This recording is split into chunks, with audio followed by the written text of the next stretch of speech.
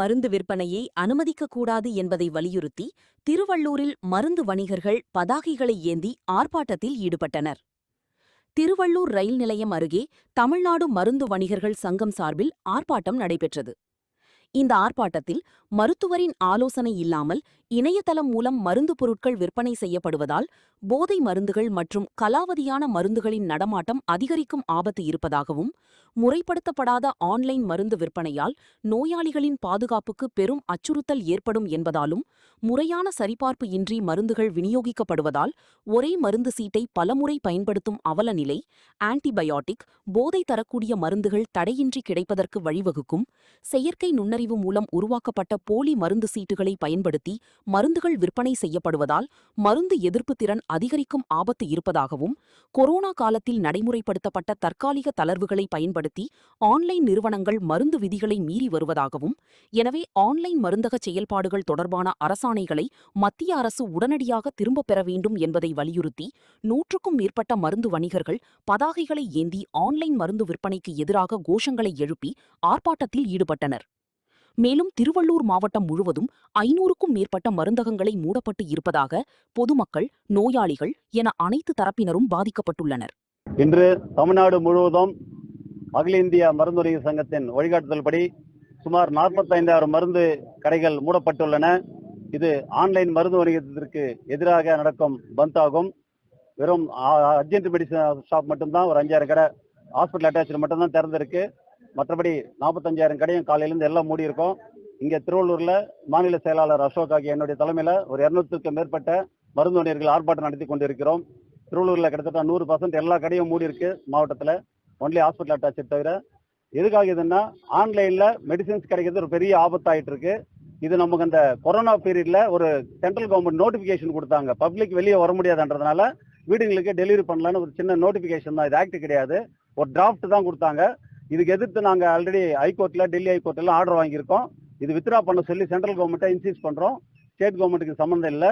Central government பண்ணாதனால அது வந்து online அந்த கார்பரேட்டுங்க எல்லாம் மிஸ்யூஸ் பண்ணி இதெல்லாம் மெடிசன் சப்ளை பண்ண ஆரம்பிச்சிட்டாங்க.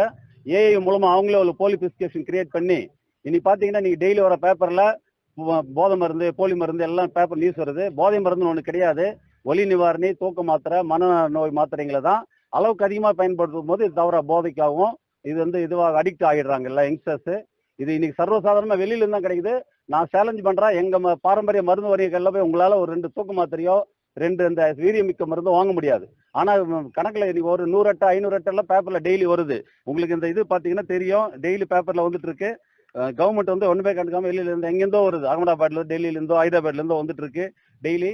அது அந்த அது யூஸ் பண்ணி அது கரைச்சி தண்ணியில சிரஞ்சு கேட்கறாங்க, எங்களை வந்து சிரஞ்சு கொடுக்கலாம் அடிக்கிறாங்க கடைக்காரங்களை. இன்சுலின் தண்ணியில கலந்து போட்டுக்கிறாங்க, அது அடிக்ட்டுங்க. அது யாரு, நம்ம காலேஜ் பசங்க, 17-18 வயசு பசங்கள்லாம். இதெல்லாம் எங்களுக்கு கண் எதிர பார்க்கறது பொறுக்க முடியல. அதனால இன்னைக்கு நாங்க கிளீனா மெட்பிளஸ் கடை ஒழுங்கா மூட சொல்லி ரொம்ப த்ரெட்டன் கொடுத்து இது வந்து எல்லாருக்கும் தெரியப்படுத்தணும், இந்த பேராபத்து சமூகத்துக்கு. இந்த பாத்தீங்கன்னா காலேஜ் பசங்க 2 பசங்க அபார்ஷன் மாத்திரை யூஸ் பண்ணி ப்ளீடிங் ஆகி செத்து போச்சுங்க. இது பெருசா வராம மறைக்கிறாங்க. இதெல்லாம் நீங்க எல்லாம் ரிப்போர்ட்ஸ் எல்லாம் கொண்டு வரணும். நாங்க இப்போ ஆதாரத்தோட வச்சுட்டு இருக்கோம் எல்லாருக்கும். உங்களுக்கு எல்லாம் ஆதாரம் நியூஸ் ஃபுல்லா வந்த பேப்பர் நியூஸ் தான் இதெல்லாம். அதே மாதிரி ஆன்லைன்ல என்னன்னா, எங்க மருந்து கடைகள்ல வந்து ட்ரக் இன்ஸ்பெக்டர் டெய்லி மாவட்டத்துக்கு ஒரு 15 மருந்து, ஒரு 3 இன்ஸ்பெக்டர் வந்து 5 மருந்து எடுத்து சாம்பிள் அனுப்புவாங்க. மருந்து நல்லா தரமானா தரம் இல்லதானு, தரம் இல்லைன்னு ரிப்போர்ட் வந்து அடுத்த செகண்ட் ஃபோன் பண்ணுவாங்க. அந்த பேட்ச் நாங்க எடுத்து வச்சிருவோம், விற்க மாட்டோம் பப்ளிக்கு. இமீடியட்டா அதை டிராப் பண்ணி கம்பெனிக்கு ரிட்டர்ன் பண்ணுவோம். ஆன்லைன்ல அது மாதிரி டெஸ்ட் பண்ணவே முடியாது மருந்தை. அவங்க நாங்க கம்ப்ளைண்ட் பண்ணி டெஸ்ட் பண்றதுக்குள்ள மருந்து வித்துடுறாங்க. உங்களுக்கு எக்ஸாம்பிள், 2 மாசம் முன்னாடி பாண்டிச்சேரியில ஒரு 1000 கோடி மருந்து அடிச்சாங்க. 620 கோடி தான் பிடிச்சாங்க. பிடிச்சி எல்லாம் தரமாட்டதுன்னு போலி அது பறிமுதல் பண்ண போனா மொத்தமே வித்துட்டாங்க. ஆன்லைன்ல ரேட்டு கம்மியா போட்டு ஆன்லைன்ல வித்துட்டாங்க, ஜனங்க சாப்பிடுறாங்க. ஸோ தரமற்ற மருந்து கண்டுபிடித்துக்குள்ள அது வந்து ஜனங்க வித்துறாங்க. நோய் எதிர்ப்பு சக்தி குறைஞ்சு போகுது.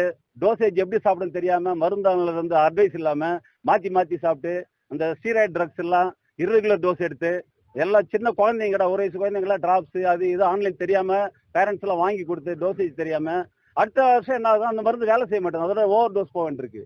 இதெல்லாம் எதிர்ப்பு சக்தியே போயிட்டு இன்னைக்கு நம்ம சமூகமே சீரழியுது. எல்லா விதத்துல போல மாத்திரை, கடுக்கடுப்பு மாத்திரை, எதிர்ப்பு சக்தி குறைஞ்சு போய். ஸோ இது வந்து பெரிய பப்ளிக்கை கொண்டு போகணுன்றதை உங்களுடைய தயவு செஞ்சு கேட்டுக்கிறேன். நன்றி, வணக்கம்.